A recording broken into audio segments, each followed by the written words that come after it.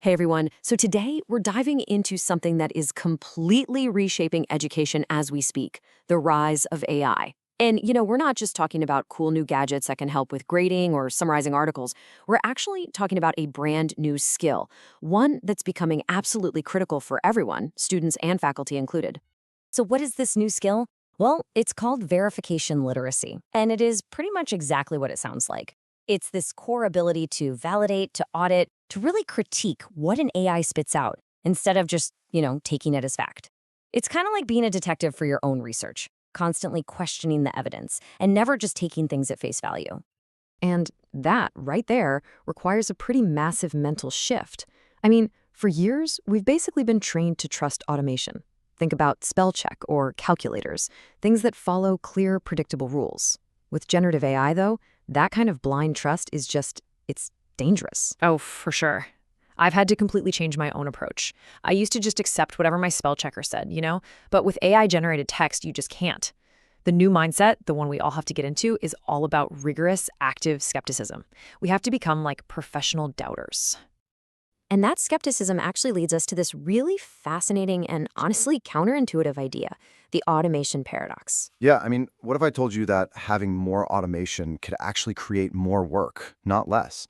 It sounds totally backward, I know, but when it comes to AI, it's not so simple. And that's really the heart of the paradox. The more AI takes over routine things, like, say, banging out a first draft of an essay or writing some basic code, the more human scrutiny we need. The need for it actually goes up, not down. Right. It's kind of like a self-driving car. Sure, the car does most of the heavy lifting, but you still have to be totally alert, hands near the wheel, ready to jump in at any second. The work doesn't just disappear. It just changes from creating something from scratch to validating what's been created for you. And this really gets to the why of it all. So many AI models are basically black boxes. We can't always see the logic happening inside. So they can spit out text that sounds totally believable, statistically plausible, but is just factually wrong or full of bias. And this has to be a wake-up call for us. We can't just be passive consumers of AI content. We have to be active auditors of it. Our role is making this fundamental shift from doing the work to verifying the work against what we know is true. Let's dig into that risk a little more, because it's probably the most immediate threat in any academic setting. AI's tendency to just make things up. This literally happened to me the other day. I was using an AI to brainstorm some research, and it gave me this citation that looked perfect. Author, year, journal, the whole thing. But when I went to find the actual article, it didn't exist at all. The AI just invented it. People call it hallucinating, and it can have a really high cost when it comes to academic integrity. Now, the term itself is pretty interesting. Hallucination sort of makes the AI sound human-like. But really, a much better way to think about it is just false output. It's not seeing things, it's just making a statistical error. Exactly. It's like that old game of telephone. The AI isn't thinking, it's just predicting the next most statistically likely word based on all the data it was trained on. And sometimes that sequence of words sounds really plausible, but is completely factually wrong. And this is where it gets really serious for anyone in education. We're talking about things that sound like facts, but aren't, or summaries of research that are totally misleading. But like you said, the biggest one we're seeing is fabricated citations. I heard the story about a student who actually failed a course because they used a made-up citation from an AI in a major paper. The professor spotted it immediately, and the student had to redo everything. It's such a clear cautionary tale and really shows why this verification skill is so vital. Okay, so it's crucial that we move beyond just identifying the problem and start actively solving it. And the good news is, we're not helpless here. There are very real, concrete steps we can all take to protect our work. What we need is a clear process, like a playbook for how to approach verification systematically. All right, let's walk through this playbook. Step 1 is really a mindset change. You have to treat anything that comes from an AI as unverified notes. It's not a finished product. It's a starting point. That's it. Absolutely. And from there, it's all about active validation. So step 2, check every single reference against the original source. And don't just see if the title exists, actually find it and read it. Step 3, if it gives you code or data, you have to rerun it yourself to confirm the results.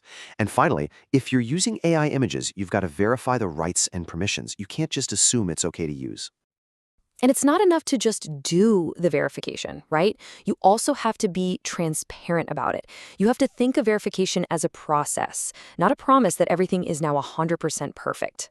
I was so impressed by one of my students recently. They used an AI to help with a paper, and right there in their methods section, they included a little note explaining exactly how they verified all the AI-generated citations. It was a small thing, but it just showed me they were taking their academic integrity seriously and building that trust right into their work. And all of this really brings us to a powerful conclusion. This whole idea of verification literacy, it isn't just another tech skill you add to your LinkedIn profile. It's becoming a core professional competency. In an age where content can be generated automatically, the human expert becomes more critical, not less.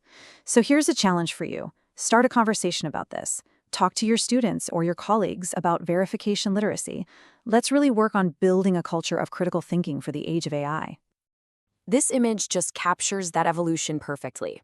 For centuries, the educator was the knowledge dispenser, the expert at the front of the room just delivering information. That model is basically obsolete now. The new role is the learning architect. An educator today designs experiences where students learn to solve problems and think critically, with AI as a tool and verification as the foundation. Instead of just lecturing about a historical event, a learning architect might have students use an AI to generate different viewpoints on it, and then their job is to work together to verify all the claims and build a much more complete, nuanced picture. So when you boil it all down, what's the ultimate takeaway here? It's actually pretty simple. AI is a tool. It is not a replacement for human judgment. Technology is an amazing assistant, a fantastic tool for getting that first draft down. But the final call on quality, on ethics, on context, on what's true, that responsibility has to remain fundamentally human. Which really just leaves us with one final thought. We know AI can give us that first draft, the raw material, the place to start. The future of education is really in our hands, and the real question for all of us now is this: are we prepared to be the final editor? Thanks for joining us.